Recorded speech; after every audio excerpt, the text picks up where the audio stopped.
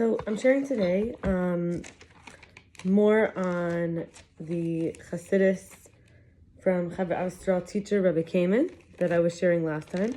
But first, and also from Tanya, because again, this is taught, Chevra Ahavas Yisroel is the synagogue in Crown Heights, Brooklyn, New York.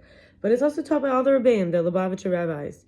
We have Alter Rebbe, Tzemach Tzedek, the Mitzvah Rebbe, Tzemach Tzedek, Marash Shab, Frierdiker Rebbe, and the 7th Lubavitcher Rebbe. And then, of course, there's the Maggid before and the Baal Shem Tov before. So there's a long line, a lineage of this tradition. But before I do that, I just want to share, there was a lady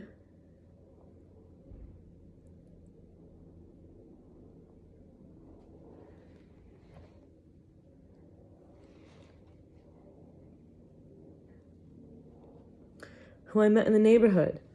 And she told me, I have some messages for you. And I ran home and I wrote them down. She said, she wears little jewelry. I work hard. God's with me. I have gifts I don't even know about. The kids, the spirit, the heart, doing a lot with a little. And that I should teach on the internet or in person. And that I shouldn't get married yet because there's projects I need to do.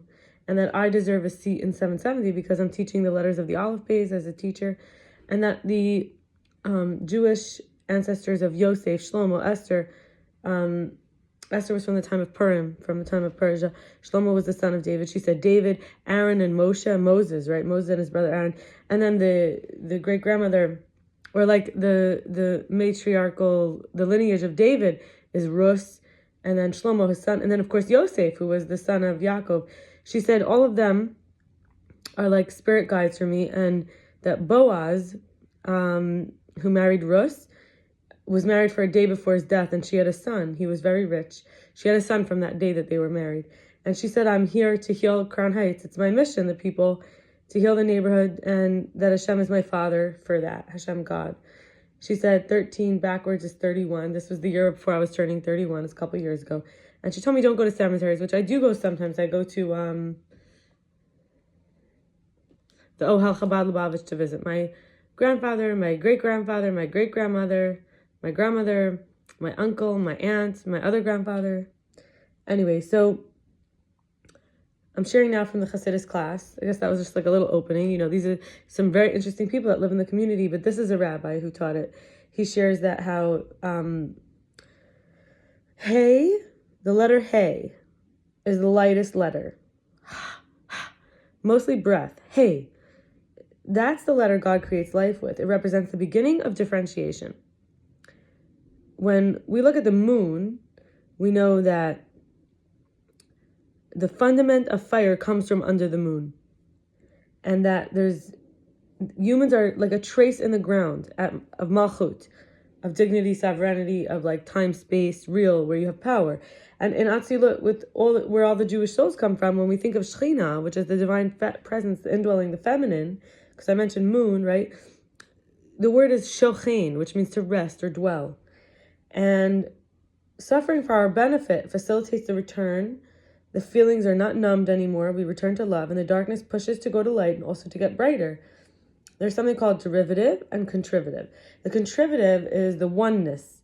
The source, we call it Havaya, but really that's a twisted, that's a disordered like version of saying it. It's really Yud and Hey and Vav and Hey, but we don't want to pronounce the name, so we say Havaya instead of it's moving the letters around. Then we have Elokeinu or Eloheinu, which is diversity from source. That's the derivative.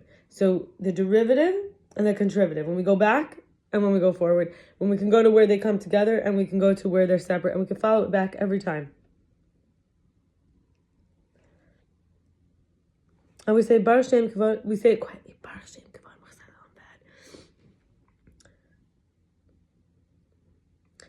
Blessed is the name,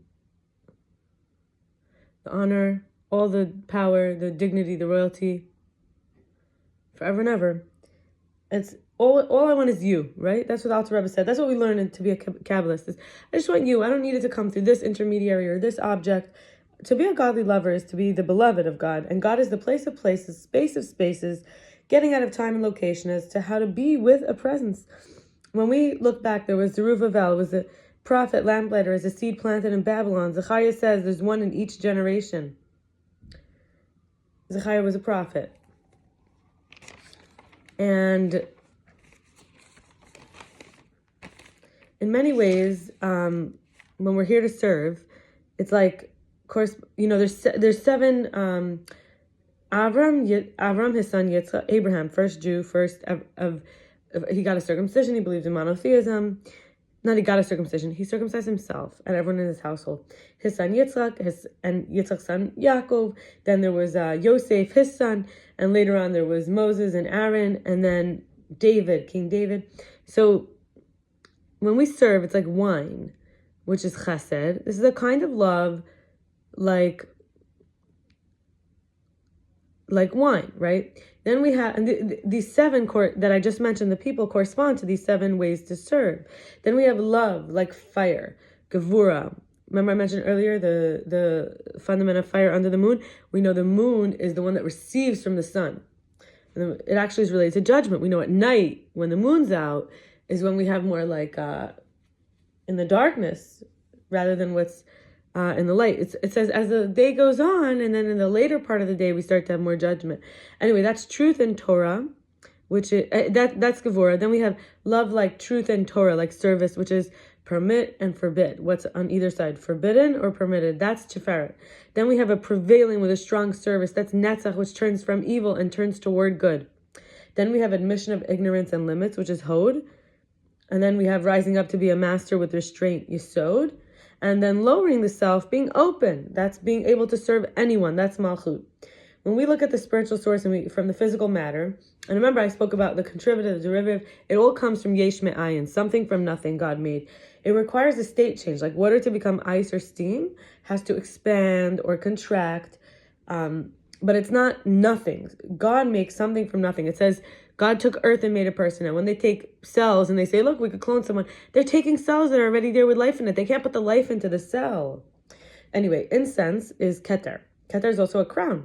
And it's like ketores. It took them to the cloud of glory. If there's no high priest, then we cannot use the ritual, the sacrifice, the offering, because kesher is a bond. It's related to that. Echad versus yichud. So, remember I mentioned, maybe it was not this video, a previous video. Echad is one. We have Aleph, 7 heavens. Ches, 8. Aleph is 1. Then we have Ches, which is 7 heavens and the earth. Then we have Dalet, the 4 directions. This is the unity of all dimensions. There's oneness, and that's Echad, just one going out in all directions, right, above and below. Then we have Yichud, which is alone, singular, undivided, no dimensionality or division. And I'm going to stop here. I hope that this was interesting for you. And tomorrow I hope to get into Sefer Yetzirah. And I hope it's a mystical book. It's nothing like it.